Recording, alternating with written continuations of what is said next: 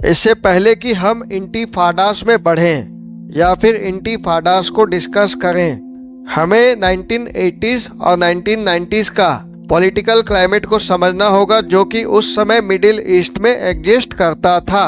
1980 में इजराइल के parliament Israel के पार्लियामेंट को केनेसेट कहते हैं और ये एक यूनिकैमरल लेजिस्लेचर है, यानी कि इसमें इंडिया की तरह लोकसभा और राज्यसभा नहीं है, यहाँ पे एक ही हाउस है।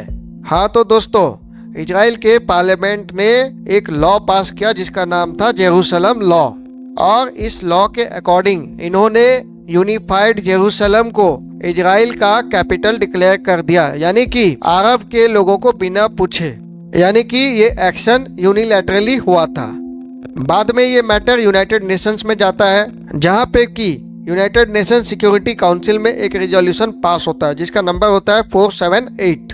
ये रेजोल्यूशन इस एक्ट को नेगेटिवली देखता है और कंडेम भी करता है। यहाँ पे 14 लोगों ने, यानी कि 14 कंट्रीज ने इस रेजोल्यूशन को सपोर्ट दिया था, यानी कि इजराइल के इस एक्शन को कंडेम किया था। और यहाँ पे सिर्फ एक ही कंट्री ने इसको सपोर्ट नहीं किया था, जो कि था अमेरिका।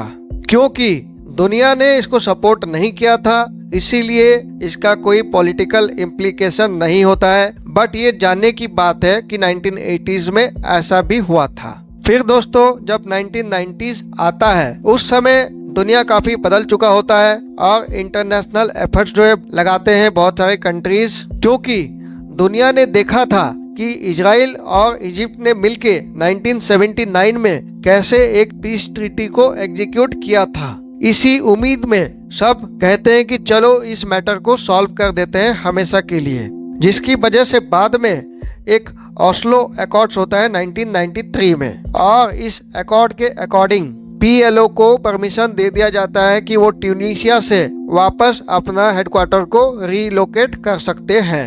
ओस्लो अकॉर्ड्स ऑफ 1993 को हमास ने अपोज किया था उस समय।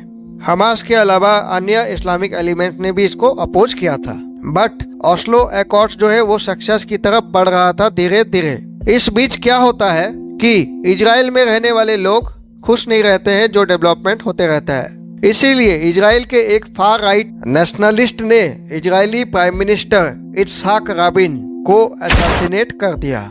इसके बाद जो अगला सरकार आता है इजराइल में, वो 1996 के बाद ऐसा कोई पीस ट्रीटी या कोई पीस इनिशिएटिव के तरफ बढ़ने से कतराते हैं और ये जो एफर्ट्स होता है वो वहीं पे रुक जाता है।